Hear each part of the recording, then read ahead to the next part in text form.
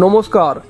পশ্চিমবঙ্গ প্রাথমিক শিক্ষা পর্ষদের প্রাক্তন সভাপতি মানিক ভট্টাচার্য যে চুরি এবং তথ্য প্রমাণ নষ্টের কাজ করল, সেটা যে সরকারের থেকে এই কাজটা করল সেই সরকারের প্রধান মাথা কি এই বিষয়ে কিছুই জানল না? এটা আদৌ কি বিশ্বাসযোগ্য? এতটা বুকের পাটা কি মানিক ভট্টাচার্যের ছিল যে সরকারে থাকা প্রধান মাথাকে না জানি চুরি, দুর্নীতি এবং তথ্য প্রমাণ নষ্টের কাজটা সেরে ফেলল? বিভিন্ন মহল থেকে এই কথাও সামনে উঠে আসছে। পশ্চিমবঙ্গের তৃণমূল সরকারের সময়কালে যখনই কোনো চুরি, দুর্নীতি সংক্রান্ত ঘটনা সামনে আসে, তখন তৃণমূল সরকারের নেতা মন্ত্রীরা এই কথাটাই বলে যে যদি তাদের কোনো নেতা মন্ত্রী চুরি, দুর্নীতি সংক্রান্ত কোনো ঘটনার সাথে যুক্ত থাকে, তাহলে সেই দায়টা কেবল ওই একজন নেতা মন্ত্রীর পক্ষে যাবে না, সেই দায় সমগ্র তৃণমূল সরকারের ওপরই যাবে।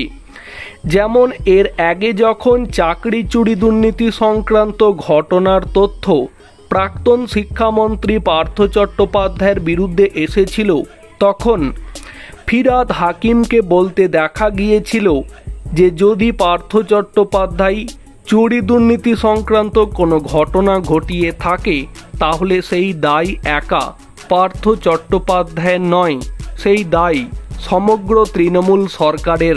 কিন্তু পরবর্তীতে যখন চাকরি চুরি দুর্নীতিকাণ্ডে প্রাক্তন শিক্ষামন্ত্রী পার্থ চট্টোপাধ্যায় গ্রেপ্তার হয়, তখন ফিরহাদ হাকিমকে বলতে দেখা যায় যে এই দায় তৃণমূল সরকারের নয়, বরং এই চুরি, দুর্নীতি সংক্রান্ত দায় কেবল একা পার্থ চট্টোপাধ্যায়ের। আর এবার পশ্চিমবঙ্গে প্রাথমিক চাকরি নিয়োগ দুর্নীতি সংক্রান্ত ঘটনার বিষয়ে যে খবরটি সামনে আসছে তা হল সমস্ত ওএমআর শিট, উত্তরপত্র নষ্ট করেছে মানিক ভট্টাচার্য। এবার কোনো কেন্দ্রীয় তদন্তকারী সংস্থা নয়, প্রাথমিকের নিয়োগ দুর্নীতি মামলায় হাইকোর্টের কাছে এমনই দাবি করল পশ্চিমবঙ্গ প্রাথমিক শিক্ষা পর্ষদ। এদিন কলকাতা হাইকোর্টে মাননীয় বিচারপতি রাজাশেখর মান্থার এজলাসে এই সংক্রান্ত মামলার শুনানি চলছিল। আর তখনই পর্ষদের এই দাবি শুনে রীতিমতো বিস্ময় প্রকাশ করেছেন বিচারপতি রাজাশেখর মান্থা। বিচারপতি জানতে চান কিভাবে, কার নির্দেশে নষ্ট করা হয়েছে চাকরি প্রার্থীদের ওএমআর শিট। শুনানিতে এই প্রশ্ন বারংবার তুলেছিল হাইকোর্ট। এদিন আদালতে হাজির হয়ে মুখ খুলেছেন পর্ষদের আইনজীবী।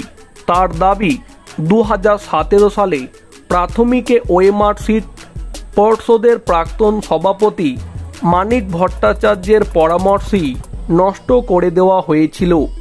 তাহলে এখন প্রশ্ন হচ্ছে, যদি মানিক ভট্টাচার্যই প্রাথমিক নিয়োগ দুর্নীতিকাণ্ডে ওএমআর শিট এবং উত্তরপত্র নষ্ট করে দিয়ে থাকে, তাহলে সেই কাজটা কি যে সরকারের সময়কালে মানিক ভট্টাচার্য করল, সেই সরকারের প্রধান মাথা কি এই বিষয়ে কিছুই জানল না? নাকি মানিক ভট্টাচার্যের এতটা সাহস হলো সরকারে থাকা প্রধান মাথাকে না জানিয়ে সেই কাজটা সেরে ফেলল? প্রিয় দর্শক বন্ধু, এই বিষয়ে আপনাদের কি মতামত থাকছে কমেন্টে জানাতে পারেন। ভিডিওটিকে সম্পূর্ণ করে দেখার জন্য অসংখ্য ধন্যবাদ।